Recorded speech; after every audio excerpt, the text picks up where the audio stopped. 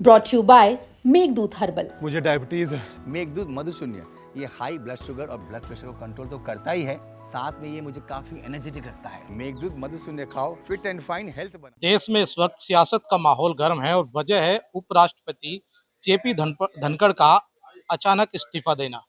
हम मौजूद है उत्तर प्रदेश के बागपत में, जिसे जाटलैंड कहा जाता है, और वजह यह है कि खुद जगदीप धनखड़ जाट बिरादरी से आते हैं और आप तमाम लोगों को देख सकते हैं जो जाट समाज से जुड़े हुए लोग हैं। बात करते, क्योंकि इस इस्तीफे को लेकर जो है तमाम तरीके की प्रतिक्रियाएं भी सामने आई है। विपक्ष ने कहा है कि ये इस्तीफा जो है जबरदस्ती दिलाया गया है, सरकार के दबाव में इस्तीफा है। लेकिन ये जाट समाज के जो लोग हैं वो क्या कहते हैं, बात करते हैं कुछ लोगों से जो हमारे साथ हैं। जी, क्या नाम है आपका? जल सिंह तोमर जी।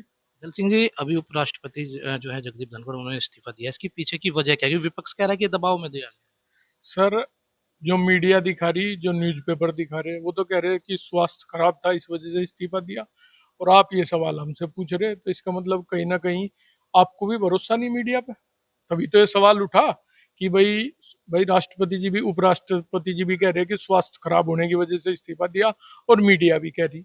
लेकिन आप ये सवाल कर रहे हैं, इसका मतलब आपको विश्वास नहीं, और विपक्ष को भी विश्वास नहीं। आपको क्या लगता है? हम विपक्ष को भी विश्वास नहीं और आपको भी विश्वास नहीं।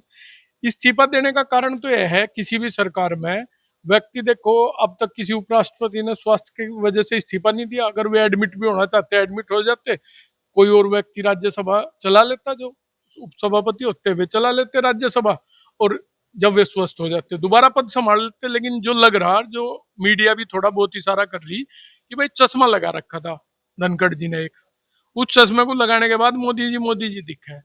जैसे ही वो चश्मा उतारा तो जनता दिखने लगी, तो हो सके उस वजह से किसी दबाव में इस्तीफा दे दिया हो। देखिए, कहा जा रहा है कि ये बीजेपी के दबाव में है, बीजेपी का चश्मा लगा था। और हमारे साथ हैं जी, क्या नाम है? जी, मेरा नाम नरेश कुमार। किसानों की आवाज उठाते थे उपराष्ट्रपति, मुखर थे अपनी, उसको जाने जाते थे। बिल्कुल। अब इस्तीफा दे दिया, क्या लग रहा है कि किसानों की आवाज उठ पाएगी? और इस इस्तीफे के पीछे की वजह असल में क्या लग रही है? इस्तीफे की वजह तो यही है कि सरकार के दबाव में इस्तीफा हुआ है। 8 बजे का उनका प्रोग्राम था किसी मंत्री के यहाँ पे, वो भी कैंसिल हुआ है। तो इस्तीफा तो ये है कि सरकार के दबाव में हुआ। आप क्या कहेंगे इस इस्तीफे के बारे में? देखिए, कुछ और भी लोग हमारे साथ हैं, बात करते हैं कि इस इस्तीफे के पीछे की असल वजह उन्हें क्या लगती है। क्योंकि अभी तक किसानों की आवाज भी जो है उपराष्ट्रपति उठाते रहे हैं, लेकिन कहीं ना कहीं उसको लेके भी एक निराशा यहाँ होगी। जी, आपका नाम? गजेंद्र सिंह जी। गजेंद्र जी, उपराष्ट्रपति ने जो है इस्तीफा दिया है, आपकी बिरादरी से आते हैं, कहीं किसी चीज की कोई क्या वजह रही होगी कुछ? सरकार के दबाव में सुन रहे जी इसका तो। क्या और लग रहा है जिस तरीके से किसान आंदोलन की आवाज भी उन्होंने एक बार उठाई थी? ये बीजेपी वाले के किसी को आवाज उठाने दें तो उठाने नहीं देंगे किसी को। बस। देखिए, बीजेपी का रोल इसमें आ रहा है कि बीजेपी के दबाव में इस्तीफा दिया है। लोग हैं, अपनी प्रतिक्रियाएं देंगे। एक और शख्स हमारे साथ है जी, क्या नाम है? मेरा नाम धर्मपाल सिंह। धर्मपाल जी, इस इस्तीफे की असली वजह क्या आपको लगती है कि किसान बिरादरी से भी वो जुड़े रहे हैं, देखिए जाट समाज से आते हैं? देखिए कोई भी सरकार है, अगर उसकी जय करेगा तो ठीक रहेगा, नहीं तो यही हाल होगा जो अब हुआ। इस्तीफा देना ही पड़ेगा। अगर कहा जा रहा है, विपक्ष ने कहा है कि तो दबाव में दिलाया गया हाँ, इस्तीफा है। यही तो मैं कह रहा हूँ कि सरकार की जो बात होगी, जो नीति होगी, उसकी जय जय करेगा तो ठीक है, नहीं तो इस्तीफा ही मांगा जाएगा, इस्तीफा ही दिया जाएगा। अब दबाव में कहो उसे या स्वास्थ्य खराब कहो, वो तो मानने वालों की बात है कि वो क्या सोच रहा है। अच्छा, एक बात और इसमें कही जा रही है कि वो लगातार किसानों की आवाज उठाते थे, तो अब लगता है कि अब इ- किसानों की आवाज उठ पाएगी? इसीलिए तो उनकी बात नहीं चल रही, तो इसीलिए तो किया गया ये काम। ये प्रकरण जो है इसीलिए तो पैदा हुआ कि उसकी बात नहीं मानी जा रही, सरकार ने उसे नेगलेक्ट करा बातों को, तभी तो जाके ये हुआ है, इस्तीफा दिया है। देखिए, कहीं न कहीं सरकार को लेकर तो नाराज़गी साफ़ है ही किसानों में, और ख़ासकर जाट बिरादरी में, क्योंकि जाट समाज से थे और अब इस्तीफ़ा दे दिया तो सवाल तो लाज़मी उठना था ही। एक और शख्स है हमारे साथ, बात करते हैं, क्योंकि काफ़ी लोग यहाँ जाट समाज से ताल्लुक़ रखते हैं। अभी राष्ट्रपति जेपी धनखड़ जी का इस्तीफ़ा हुआ है, उस समय से पहले इस्तीफ़ा दे दिया, क्या लग रहा है? ये हमें लग रहा है जो है ये धनखड़ जो है जाट बिरादरी से थे, और जाटों की जो है उसमें जो है कोई प्रतिक्रिया इतनी जो है सुनवाई कर नहीं रहे थे किसानों के प्रति। वे इस प्रति के जागरूक थे, कहना जो है किसानों को कुछ न कुछ रियायत मिले या कुछ मिले, लेकिन जो है बीजेपी गवर्नमेंट है, वे जिसे चाहो उसे दबा दे।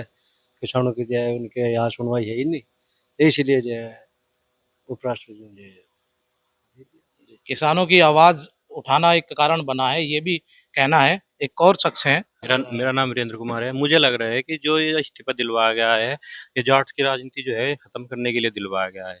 क्योंकि सुबह से लेकर शाम तक राज्यसभा की कार्यवाही में पूरे पूरे दिन उपराष्ट्रपति जी मौजूद रहे और पूरे सक्रिय रहे। लेकिन जैसे जैसे शाम आई, शाम आते ही एकदम बोला कि इस्तीफा हो गया। अचानक इस्तीफा होना एकदम दुख का कारण भी लगा और समझ नहीं आया कि ऐसा क्यों हुआ। तो इसका पीछे ये लग रहा है कि जो जाट समाज की राजनीति है उसे बीजेपी खत्म करना चाह रही है। अब ये लगता है कि जिस तरीके से अभी तक कई बार देखा गया कि जाट जो किसान का मुद्दा होता था, जगदीप धनखड़ जी उसको उठाते, तो वो अब खत्म सा होता नजर आ रहा है। हाँ, बिल्कुल, किसानों का तो मुद्दा ही नहीं रहा। अभी 400 करोड़ रुपए तो हमारे ही मिल पे रह रहे, बागपत ये जो है मलकपुर मिल, और कोई भी पार्टी उठाती नहीं। बीजेपी गवर्नमेंट या फिर सहयोगी दल बिल्कुल नहीं उठा रहे हैं तो मुद्दे को। तो किसानों की तो राजनीति बिल्कुल ही खत्म होती जा रही, मुद्दे ही खत्म होते जा रहे। ये सरकार उसकी सरकार है, अमीरों की, पूंजीपतियों की, तो ये तो चाहती ही नहीं कि किसान आगे बढ़े कोई। हाँ, जो ये इस्तीफा है जी, हम ये देख रहे हैं जब से बीजेपी की तरफ जाट्टू का झुकाव हुआ, धीरे धीरे जो जाट्टू के सारे बड़े नेता थे उनका भविष्य उन्होंने अंधकार में पहुंचा दिया बीजेपी ने। पहले चाहे आपके सतपाल मलिक जी हो, सतपाल मलिक जी का कैरियर खराब करा, उनका स्वास्थ्य खराब हुआ, उसके बाद किसान आंदोलन को लेकर उन्होंने आवाज उठाई तो उनका दमन कर दिया गया। फिर किसान आंदोलन को लेकर आवाज बताया जा रहा कि धनखड़ जी ने भी किसानों के जो मुद्दे थे, 3 काले कानून जो वापस हुए थे, उस समय सरकार ने जो मीटिंग करी थी एमएसपी के मुद्दे पे, तो किसान संगठनों से एमएसपी के मुद्दे पे कुछ वादा किया था, वो वादा पूरा नहीं किया। तो धनखड़ जी दबाव बना रहे थे बीजेपी के ऊपर कि भाई एमएसपी के मुद्दे पे जो आपने वादे किए थे, इस सत्र में आप उस पर बिल लाके एमएसपी के मुद्दे पे उसे पूरा करो। लेकिन वो करने की स्थिति में नहीं सरकार, और करना नहीं चाहती। तो जबरदस्ती उनसे इस मुद्दे पे कि आपने ऐसी बात क्यों करी, सतपाल मलिक की तरह इस्तीफा उनसे जो है ले लिया। जैसे उन्हें राज्यपाल के पद से हटाया था, अभी ने हटा दिया। जाट्टू की राजनीति इन्होंने खत्म कर दी, किसानों की राजनीति भी खत्म कर दी। क्योंकि हमारे क्षेत्र में ज्यादातर किसान जो है जाट है, जाट्टू के आधार पर किसानों की राजनीति और किसानों के आधार पर जाट्टू की राजनीति चल रही थी। इनमें कोई भेद नहीं, या राजनीति खत्म करने के लिए जो है इनका इस्तीफा ले लिया। आने वाले टाइम में जयंत चौधरी का भी यही हाल होने वाला। उन्हें समझ जाना चाहिए कि किसान के बिना उनका भला नहीं होगा। जब तक वो किसानों की बात नहीं करेंगे, जब तक वो नेता नहीं रह सकते। जगदीप धनखड़ के इस्तीफे के बाद अब सवाल उठने तो लाजमी बनते ही हैं। जाटों ने साफ कहा है कि जाटों को खत्म करना, जाट नेताओं को खत्म करना और किसानों को के मुद्दे को दबाना ही सरकार की मंशा है। साथ ही उन्होंने कहा कि सत्यपाल मलिक और जगदीप धनखड़ के बाद अब अगला टारगेट जो होगा वो जयंत चौधरी होंगे। बागपत से मनोदेव उपाध्याय, यूपी तक।